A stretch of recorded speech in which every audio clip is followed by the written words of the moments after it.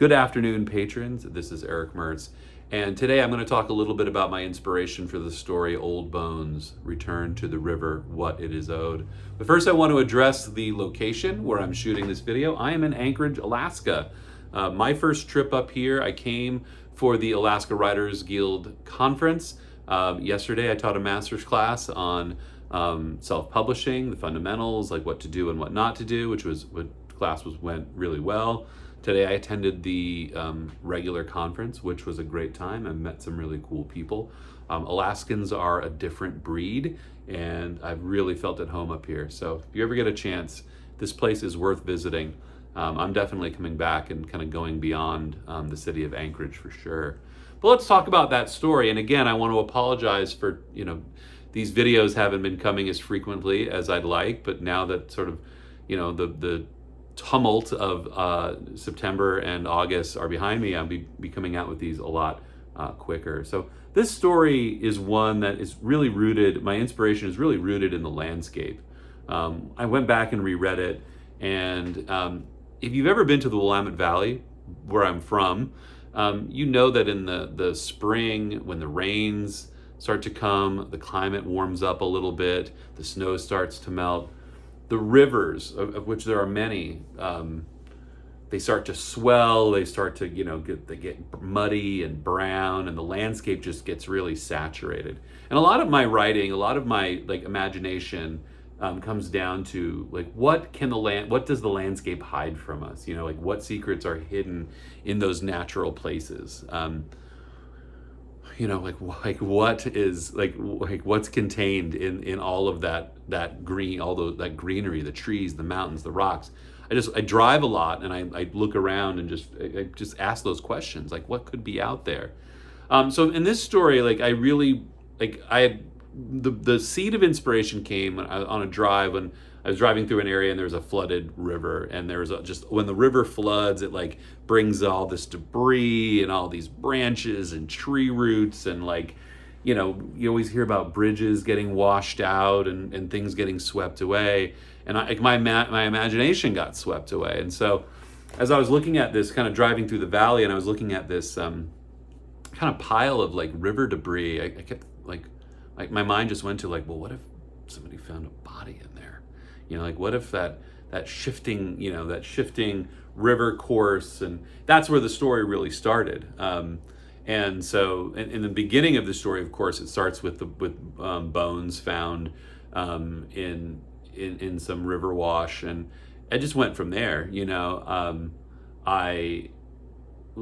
Then of course naturally my mind went to the investigation, and of course when those cold cases is opened up, someone has to investigate it, and then that led naturally to the scientist character. And my inspiration for her was I wanted to do that sort of dogged scientist type, the person that's I growing up in the valley, I knew a lot of people who got into environmental sciences, and particularly I spent some time in Corvallis, which is about an hour and a half south of Portland, and just again met a lot of people, students who were studying soil sciences and forestry and all those things. And so I wanted to write about one of these characters, a lifetime scientist, someone committed to answers. And I really wanted to write about someone who, she talks about being interested in research, but chose not to stay in research. That's a thing that a lot of scientists I've known have struggled with. Do I stay in research? Do I go into industry? Do I stay in research? Do I go into government? So I wanted to capture just some of those very realistic scientist debates that they have with themselves, what they do with their careers. And then of course, I wanted to get down to the roots of kind of down home people in Canyon County. And so the idea of I just heard that character, when scientist comes knocking on the door and says, hey, we're going to offer you some money. Your house is going to get swept away. Oh, I ain't going to move. My parents lived here for years. And I'm not mocking with that tone at all. But it's the voice I hear in my head. And I heard a character who, in spite of logic, despite the idea that they could lose their home and what they value, what they valued more is their attachment to the land. Okay. And again, now being really serious, like there's a lot of people, a lot of rural people who their relationship with the land is powerful. It's sometimes the most powerful relationship they have. Their family's connection to the land, their connection to their family, and then to the land. And so when I wrote this character, I think I really wanted to be sincere about, he knew where he'd never really left the homestead. He knew all the family stories that linked to different parts of the land. And, so I kind of bring a lot of like respect for people like that. I think if we all had that sort of love and respect for the land, we'd be a different culture and we'd be a different people. But alas, that's a digression. I really wanted to make that like rooting in the land an important element of the story, and the stubbornness, the lack of I'm not leaving, I'm not going to do that. We read these stories all the time, right? When governments or scientists come in and tell somebody, you're going to leave, you got to leave, sorry, it's going to blow. I think of Mount St. Helens, right? In Southwest Washington, 1980, Harry Truman, a guy who lived on the mountains, refused to leave even though he was told this thing is going to blow and you're going to go with it. So I wanted to pay, homage to that character. I really wanted to, that just not that character, but that person, right? That's a real person, and I wanted to capture that. And of course, then the fulcrum of the story splits when tips when she goes and she has to spend the night. And she finds out sort of what being on the river means, and that's when the ghastly, sort of uncanny element brings itself out. And I will admit that like this is sort of I had a little bit of a conflict, like writing this story as sort of a strange air story, because it is it sort of connects to.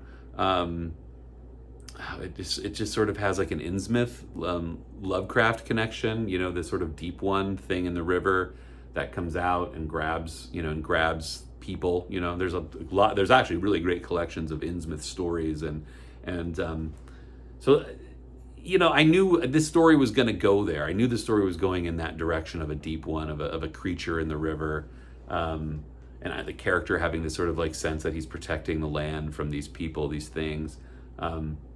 So yeah, that's really my inspiration for this story. Like I love the landscape.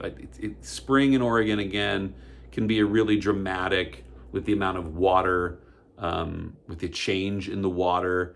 That becomes a really big part of it. Changes the landscape for a short amount of time, especially if you're out there in like rural country where these big meadows turn into lakes and rivers flood. And so I wanted to capture that, and the conflict between sort of science and family, that science and like sort of the modern scientists and like this rooted family feeling. I wanted to capture some of that conflict. And again, I mentioned it just a moment ago, if you did get a sense that there's sort of a Lovecraftian deep one kind of thing, it is a bit outside of my own mythology.